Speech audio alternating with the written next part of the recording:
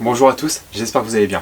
Comme tu as pu le voir dans le titre de la vidéo, aujourd'hui, je déballe ma sableuse. Pourquoi je fais une vidéo? Moi, ce que je veux savoir aujourd'hui, c'est si pour 100 €, tu peux avoir une sableuse qui correspond à une utilisation de restaurateur et de bricoleur amateur. Donc c'est ce qu'on va voir ensemble. A savoir que là, elle est distribuée sur la marque Arbos, mais tu trouveras cette sableuse là distribuée sur plusieurs marques parce que c'est une sableuse chinoise, on va pas se le cacher. Pour les caractéristiques techniques, c'est une sableuse qui a un volume de 90 litres. Et surtout, ce qui m'a intéressé et interpellé, c'est qu'elle a un pistolet qui fonctionne avec un débit d'air de 150 litres minute. 150 litres minute, tu peux l'avoir avec un compresseur 100 litres 3 chauds sans problème, et surtout tu peux aussi l'avoir avec un compresseur 50 litres.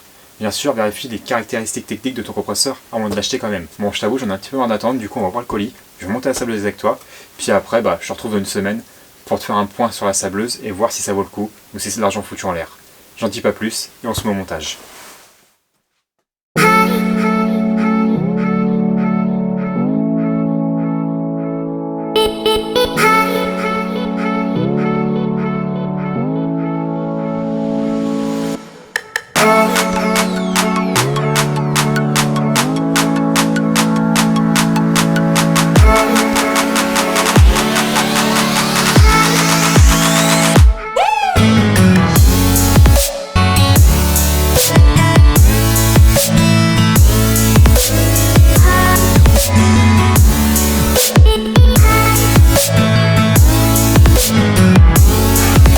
La mousse que je mets entre chaque plaque, c'est tout simplement de la mousse pour faire l'étanchéité pour les portes, si je ne me trompe pas, c'est quelque chose que j'ai retrouvé qui me restait. Pourquoi j'en mets? Le défaut de toutes les sableuses, petites, grandes, bas de gamme ou haut de gamme, c'est souvent qu'elles fuient aux jointures. Il y a beaucoup de personnes qui mettent un joint mastic pour compenser le problème, mais quand tu as besoin de redémonter ta sableuse, quand tu mets un joint de mastic, c'est un peu embêtant. Donc voilà pourquoi je mets de la mousse et pas du mastic, pour penser en fait à redémonter ma sableuse derrière sans souci. Donc voilà, sur toutes les jointures je mets ça, puis après on verra bien en fonctionnement si ça fait le taf ou pas.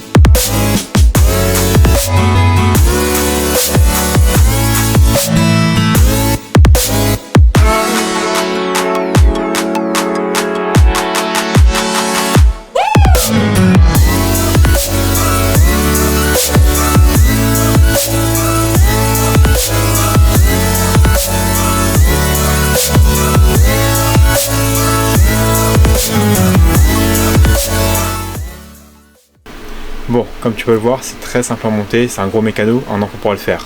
Je te montre le montage juste pour que tu vois comment c'est fait, comment ça fonctionne. Et c'est plutôt de bonne qualité, il manque quelques vis, mais les trous s'alignent bien, la peinture est plutôt correcte.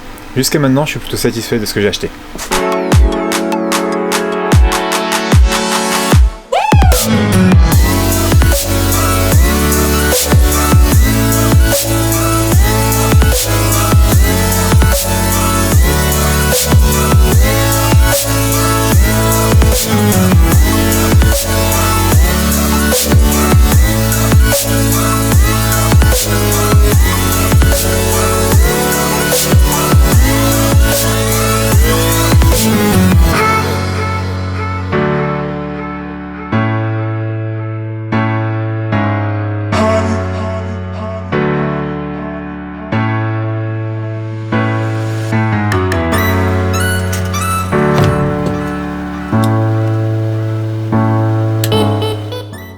Bon, ça y est, j'ai enfin terminé de monter la sableuse. Donc ça m'a pris à peu près 2 heures, 2 heures et demie, en filmant aussi, faut prendre ça en compte. Donc je pense qu'une personne qui fait que ça en 1 heure, 1 heure et demie, c'est fait. Par contre, les petites modifications que j'ai fait, c'est que j'ai rajouté à chaque fois que j'ai un raccord pneumatique du Lokit 577 pour garantir l'étanchéité des raccords, tout simplement, parce que c'est un raccord chinois et il y a un petit peu de jeu. On va pas se mentir, c'est pas la qualité d'ensemble est bonne, mais voilà, pour les raccords, soit tu mets du téflon, soit tu mets du Lokit comme moi, pour vraiment avoir une bonne étanchéité partout. Et pareil, quelque chose que j'avais pas vu au début, c'est que dans le carton, il y a un tube de pâte à joint qui est fourni pour mettre de la pâte à joint à chaque raccordement de tôle. Donc moi j'ai mis ma mousse, ça fera l'affaire, mais du coup j'ai quand même mis de la pâte à joint sur toutes les petites extrémités à chaque fois où j'avais un doute pour garantir l'étanchéité du caisson. Et j'ai retrouvé un petit truc que j'aimerais te montrer. Bon, qu'est-ce que c'est? C'est tout simplement une sableuse que je me suis fait il y a à peu près 4-5 ans. À l'époque, j'avais réussi à récupérer une sableuse qui est tout simplement, c'était un seau muni d'un tuyau avec le pistolet de sablage au bout. Mais ce qu'il y a, c'est une sableuse qui demandait un très gros débit d'air et je pouvais m'en servir que dans la société où je travaillais à l'époque, qui avait un compresseur de 500 litres si je ne me trompe pas, en triphasé. Donc je me suis fait cette sableuse là, parce que j'avais pas les moyens de m'acheter ça tout simplement, j'étais jeune alternant. Et du coup c'était une sableuse dans un carton, t'as vu, un carton qui fait à peu près quand même 1 cm d'épaisseur. Et j'ai tout simplement mis une plaque de plexiglas dessus, comme ça, et je pouvais travailler à l'intérieur sans grande difficulté. J'ai sablé pas mal de pièces, ça marchait plutôt bien. Les deux inconvénients de ça, c'était que j'avais pas de lumière à l'intérieur, donc je mettais une lampe sur le dessus, et j'ai pas d'extraction d'air, du coup ça faisait énormément de buée, de vapeur. Donc voilà pourquoi j'ai décidé aujourd'hui de me racheter une sableuse. Et je te montre ça pourquoi? Tout simplement pour te montrer que même si tu n'as pas forcément les moyens d'investir dans une sableuse ou dans l'outillage pour X ou Y raison, tu peux te débrouiller avec du matériel de récupération et qui coûte pas très cher à te faire de l'outillage. Là, une sableuse, c'est relativement simple à faire. Oui, par contre, une sableuse comme ça sera beaucoup plus pratique et beaucoup mieux pour travailler en termes de confort. Mais voilà, si tu veux, tu peux te faire des trucs qui marchent quand même.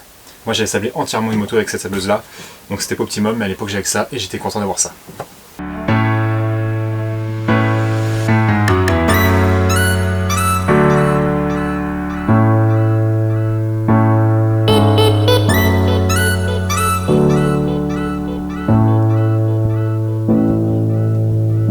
Bon, du coup ça y est, j'ai téléchargé le compresseur, il me reste plus qu'à choper du sable, à mettre dans la sableuse et à voir si ça fonctionne correctement.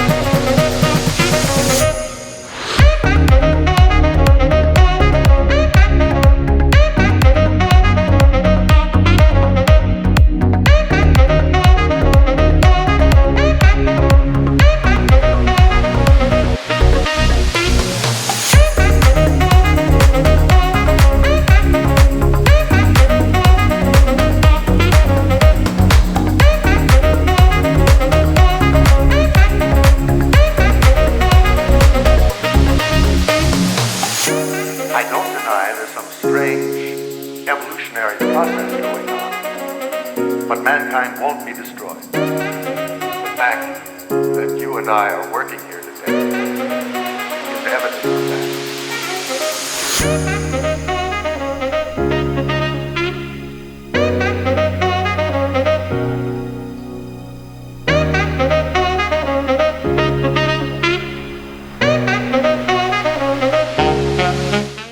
Bon, du coup, cette petite sableuse, ça donne quoi? À savoir que j'ai utilisé une quinzaine d'heures déjà, et il y a déjà des points positifs et négatifs qui se présentent. Premièrement, c'est une sableuse qui marche très bien avec un compresseur de 100 litres 3 chevaux, ce qui est un gros avantage pour nous qui sommes des particuliers.